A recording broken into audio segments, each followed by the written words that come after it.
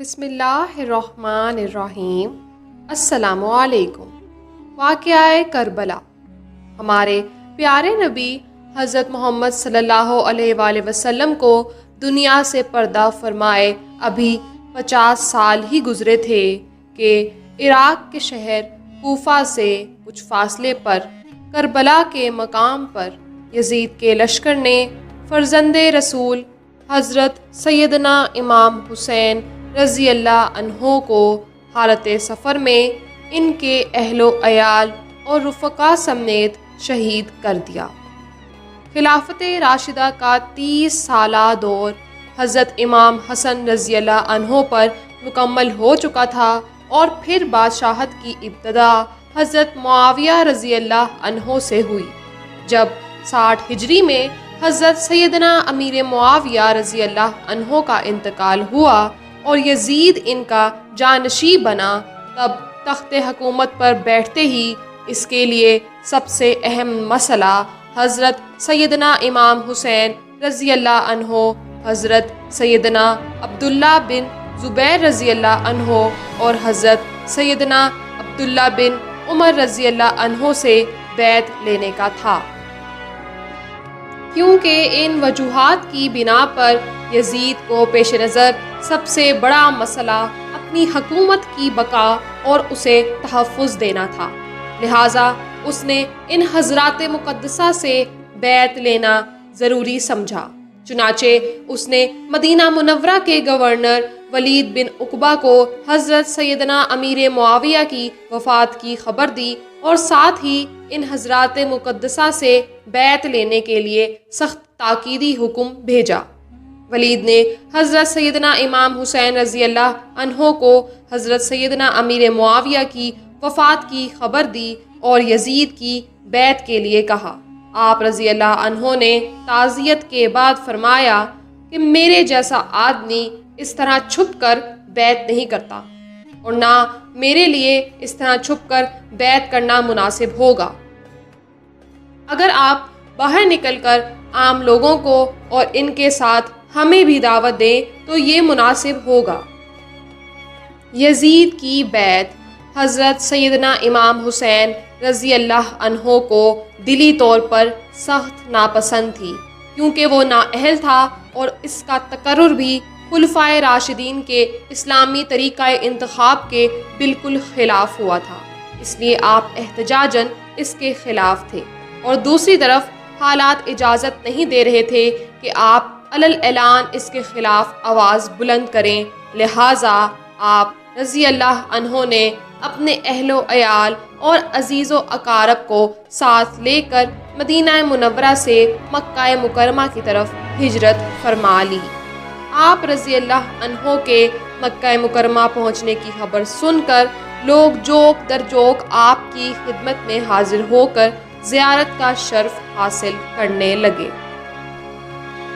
اہل کوفہ کو حضرت سیدنا امیر معاویہ رضی اللہ عنہ کے انتقال کی خبر ملی اور انہیں اس بات کا علم ہوا کہ حضرت سیدنا امام حسین رضی اللہ عنہ نے یزید کی بیعت سے انکار کر دیا ہے، تو انہوں نے سیدنا امام حسین رضی اللہ عنہ کے نام ہزاروں کی تعداد میں خطوط لکھے کہ آپ جلد از جلد کوفہ تشریف لے آئیے،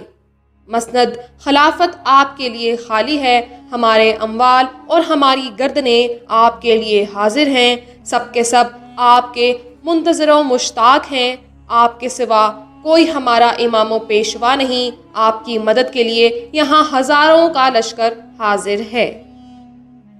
حضرت امام حسین رضی اللہ عنہ نے جب اہل کوفہ کے خطوط میں ان کے جذبات، عقیدت و محبت، جان و مال قربان کرنے کی تمناؤں اور کوفہ آنے کی التجاؤں کو دیکھا تو فیصلہ کیا کہ حالات معلوم کرنے کے لیے پہلے اپنے چچا زاد بھائی حضرت مسلم بن عقیل رضی اللہ عنہ کو بھیجا جائے۔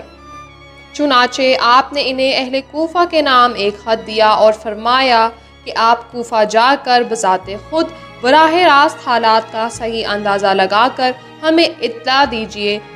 اگر حالات سازگار ہوئے تو میں بھی آ جاؤں گا اور اگر حالات نامناسب ہوں تو آپ واپس تشریف لے آئیے گا۔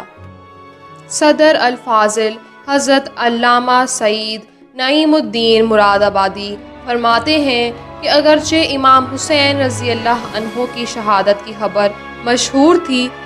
اور کوفیوں کی بے وفائی کا پہلے بھی تجربہ ہو چکا تھا، مگر جب یزید بادشاہ بن گیا تو اس کی حکومت و سلطنت دین اسلام کے لیے خطرہ تھی، اور اسی وجہ سے اس کی بیعت ناروا تھی، اور وہ طرح طرح کی تدبیروں اور ہیلوں سے چاہتا تھا کہ لوگ اس کی بیعت کر لیں۔ ان حالات میں کوفیوں کا ملت یزید کی بیعت سے دستکشی کرنا اور حضرت امام حسین رضی اللہ عنہ سے طالب بیعت ہونا امام پر لازم کرتا تھا کہ ان کی درخواست قبول فرمائیں۔ جب ایک قوم ظالم اور فاسق کی بیعت پر راضی نہ ہو اور صاحب استحقاق اہل سے درخواست بیعت کرے، اس پر اگر وہ ان کی درخواست قبول نہ کرے تو اس کے یہ معنی ہوتے ہیں کہ وہ اس قوم کو اس جابر ہی کے حوالے کرنا چاہتا ہے۔ امام حسین رضی اللہ عنہ اگر اس وقت کوفیوں کی درخواست کو قبول نہ فرماتے تو بارگاہ الہی عز و جل میں کوفیوں کے اس مطالبے کا امام حسین رضی اللہ عنہ کے پاس کیا جواب ہوتا کہ ہم نے ہر ممکن کوشش کی مگر امام حسین رضی اللہ عنہ بیعت کے لیے راضی نہ ہوئے، اس لیے ہمیں یزید کے ظلم و تشدد سے مجبور ہو کر اس کی بیعت کرنا پڑی۔ اگر امام حسین رضی اللہ عنہ ہاتھ بڑھاتے تو ہم ان پر جانیں فدا کرنے کے لیے حاضر تھے۔ یہ مسئلہ ایسا درپیش آیا جس کا حل بجز اس کے اور کچھ نہ تھا کہ حضرت امام حسین رضی اللہ عنہ ان کی دعوت پر لبیک فرمائیں۔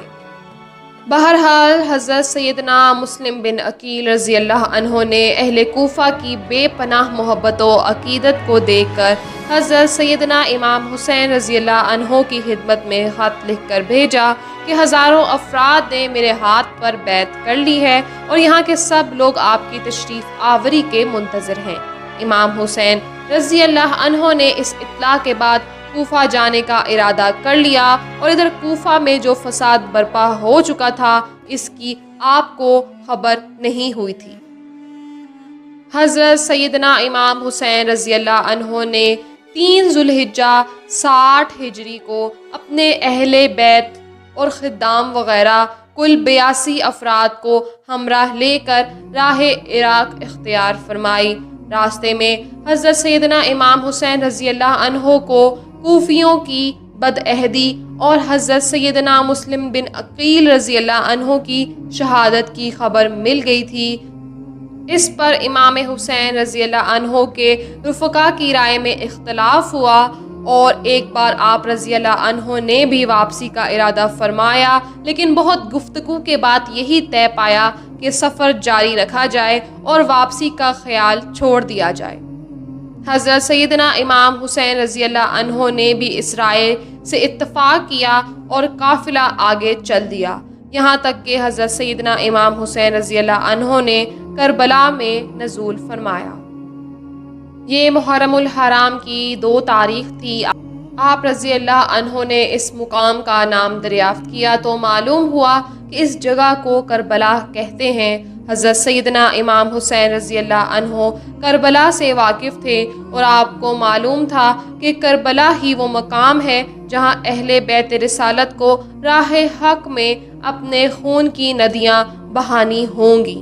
انہی دنوں آپ رضی اللہ عنہ کو ہمارے پیارے نبی حضرت محمد صلی اللہ علیہ وآلہ وسلم کی زیارت ہوئی۔ حضور علیہ السلام نے آپ کو شہادت کی خبر دی اور آپ کے سینہ مبارک پر دست اقدس رکھ کر دعا فرمائی، اے اللہ حسین کو صبر و اجر عطا فرما۔ پھر ابن زیاد نے حضرت سیدنا امام حسین رضی اللہ عنہ کو ایک خط لکھ کر بھیجا کہ یزید کی بیعت کر لیجئے۔ جب وہ خط آپ رضی اللہ عنہ کے پاس پہنچا، آپ نے اسے پڑھ کر پھینک دیا اور خط لانے والے قاصد سے فرمایا کہ اس وقت میرے پاس اس کا کوئی جواب نہیں۔ ایلچی نے آ کر ابن زیاد کو بتایا۔ وہ جواب سن کر ابن زیاد کا غصہ بڑھ گیا۔ اس نے لوگوں کو جمع کیا، فوجیں تیار کیں اور ان کا سپہ سالار عمر بن سعد کو بنایا۔ ابن سعد اپنے ساتھ 22,000 سوار اور پیادہ لشکر لے کر نواسۂ رسول حضرت امام حسین رضی اللہ عنہ سے لڑنے چل پڑا، یہاں تک کہ یہ لوگ دریائے فرات کے کنارے پر قابض ہو کر قافلہ سیدنا امام حسین رضی اللہ عنہ اور پانی کے درمیان حائل ہو گئے۔ یہاں یہ کارروائی ہوئی کہ سب خیمے ایک دوسرے کے قریب کر دیے گئے، خیموں کے پیچھے خندق کھود کر اسے نرکل وغیرہ خشک لکڑیوں سے بھر دیا گیا۔ اب امام حسین کے رفقا ان کاموں سے فارغ ہو کر سیدنا امام حسین رضی اللہ عنہ کی خدمت میں حاضر ہوئے، اور سیدنا امام رضی اللہ عنہ اپنے اہل اور ساتھیوں سے فرما رہے ہیں کہ صبح دشمن سے ہمارا مقابلہ ہے، ہم نے بخوشی تم سب کو اجازت دی، ابھی رات باقی ہے، جہاں جگہ پاؤ چلے جاؤ، اور ایک ایک شخص میرے اہل بیت میں سے ایک ایک کو ساتھ لے جائے۔ اللہ عز و جل تم کو جزائے خیر دے، دیہات و بلا میں متفرق ہو جاؤ، یہاں تک کہ اللہ تعالیٰ بلا ٹالے، دشمن جب مجھے پائیں گے تمہارا پیچھا نہیں کریں گے۔ یہ سن کر امام کے بھائیوں، صاحبزادوں، بھتیجوں اور عبداللہ بن جعفر کے بیٹوں نے عرض کیا کہ ایسا ہم کس لیے کریں؟ اس لیے کہ ہم آپ رضی اللہ عنہ کے بعد زندہ رہیں، اللہ عز و جل ہمیں وہ منحوس دن نہ دکھائے کہ آپ نہ ہوں اور ہم زندہ رہیں۔ یہاں تک کہ ابن سعد نے اپنے لشکر کے ساتھ امام حسین رضی اللہ عنہ اور آپ کے رفقا پر حملہ کر دیا۔ آپ کے رفقا، احباب، برادران اور سب لوگ جو ان کے ساتھ اس قافلے میں شریک تھے، ایک ایک کر کے سب کو شہید کر دیا گیا۔ تقریباً 50 سے زائد افراد شہید ہو گئے، اور بالآخر حضرت امام حسین رضی اللہ عنہ کو بھی بڑی بے دردی کے ساتھ شہید کر دیا گیا۔ یزید بن معاویہ ابو خالد اموی وہ بدبخت شخص ہے جس کی پیشانی پر اہل بیت کرام علیہ الرضوان کے بے گناہ قتل کا سیاہ داغ ہے۔ یہی وہ شخص ہے جس پر ہر زمانے میں پوری دنیا اسلام ملامت کرتی رہی ہے، اور قیامت تک اس کا نام حقارت سے لیا جائے گا۔ محرمات سے نکاح اور سود وغیرہ جیسی ممنوعات کو بھی اس بے دین نے اعلانیہ رواج دیا، اور مدینہ طیبہ اور مکہ مکرمہ کی بے حرمتی بھی کروائی۔